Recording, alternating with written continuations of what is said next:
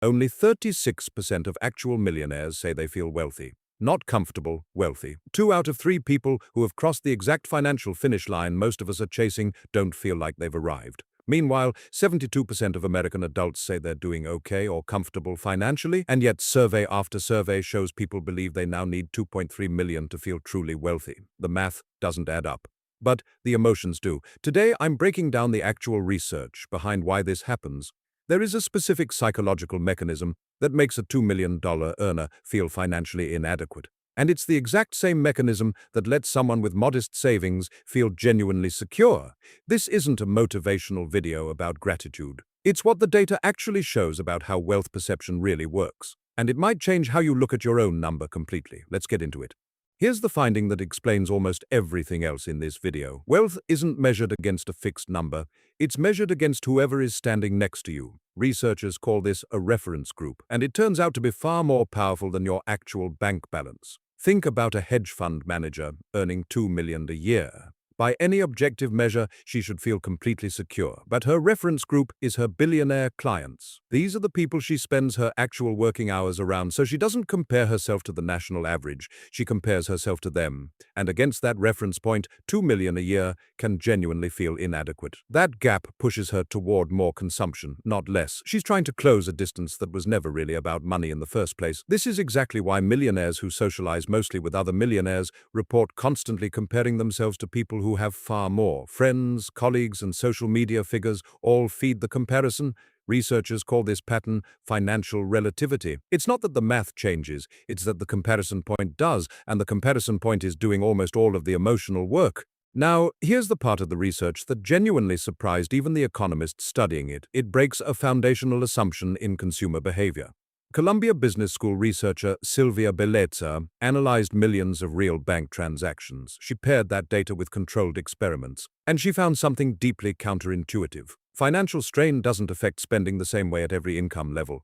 When lower-income consumers feel financially constrained, they cut back. That's exactly what you'd expect.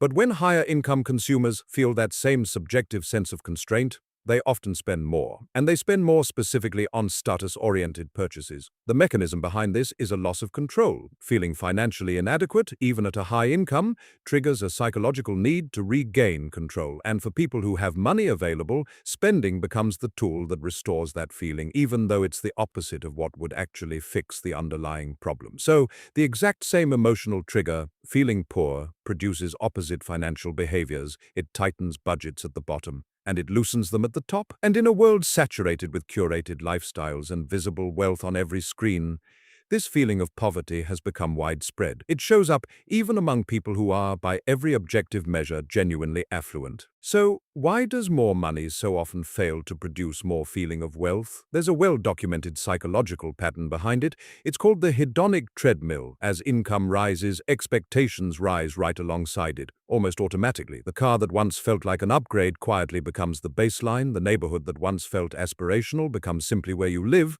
And then the next neighborhood becomes the new aspiration. Happiness and satisfaction don't keep rising with income. Instead, they tend to flatten out. Because the reference point keeps moving at roughly the same speed as the income does, the Schwab Wealth Survey captures this drift directly. Americans now say they need a net worth of $839,000 just to feel financially comfortable. That's up from $778,000 just 1 year earlier. And to feel genuinely wealthy, that number climbs to $2.3 million. These aren't fixed targets. They're moving targets that scale upward as incomes and lifestyles rise, which means the finish line for feeling rich keeps receding. It recedes at almost exactly the pace anyone could reasonably hope to close the gap. Now, let's look at a specific economic pattern happening in America right now.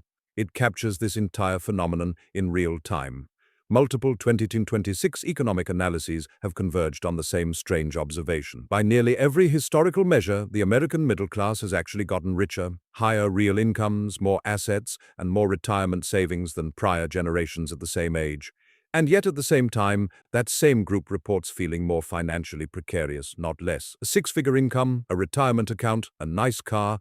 By any historical standard, that's genuine abundance. And yet the reported feeling is crowded, competitive, and uncertain. This isn't an illusion or a data error. It reflects the same reference point mechanism, just at a national scale. The goalposts that define comfortable have moved faster than the actual income gains. And that shift is driven by visible comparison to a lifestyle that looks more expensive and more competitive than it did a generation ago. Now here's the flip side of this entire mechanism, and it's just as well documented. Someone with genuinely modest means can feel secure and abundant. That's because their sense of wealth is built on a different foundation than a dollar figure. Research on wealth perception consistently finds something important. Feeling rich correlates more strongly with financial identity than with the actual size of your bank account. Financial identity is simply how someone sees themselves in relation to money. Someone who identifies as a capable, competent money manager tends to feel financially secure at a given income level. Meanwhile, someone with a higher income but a negative financial self-image can feel persistently insecure. And that's true even at the exact same real purchasing power. Confidence, a sense of control, and gratitude all function as real psychological inputs. They shape how wealth actually gets felt, not just how it's calculated. There's also a specific, almost mechanical reason debt plays such an outsized role here.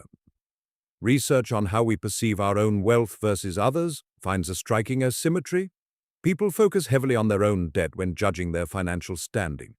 They focus on it far more than they assume other people are thinking about that debt. That asymmetry matters a great deal. Someone with modest income but no debt often reports feeling more financially secure. They can feel more secure than someone with a considerably higher income who's carrying debt. That debt might be a car loan, credit card balances, or a large mortgage. The reason is simple. The debt sits front and center in their own self-assessment, but it rarely appears when they're evaluating someone else's apparent wealth from the outside. So let's pull all of this together. None of this means income doesn't matter. It obviously does at every level for real needs and real security. But the feeling of wealth is a separate thing from the amount of wealth. The feeling runs on reference points, comparisons, identity, and debt. Rich people can feel poor because their comparison group keeps climbing. And poor people can feel rich because their sense of control and their freedom from debt sit at the center of how they judge themselves. The most powerful move you can make is to notice your own reference point. Ask yourself who you're actually comparing your life against. Ask whether that comparison is fair or even real. Because the number that finally feels like enough is rarely a bigger number. It's usually a clearer one.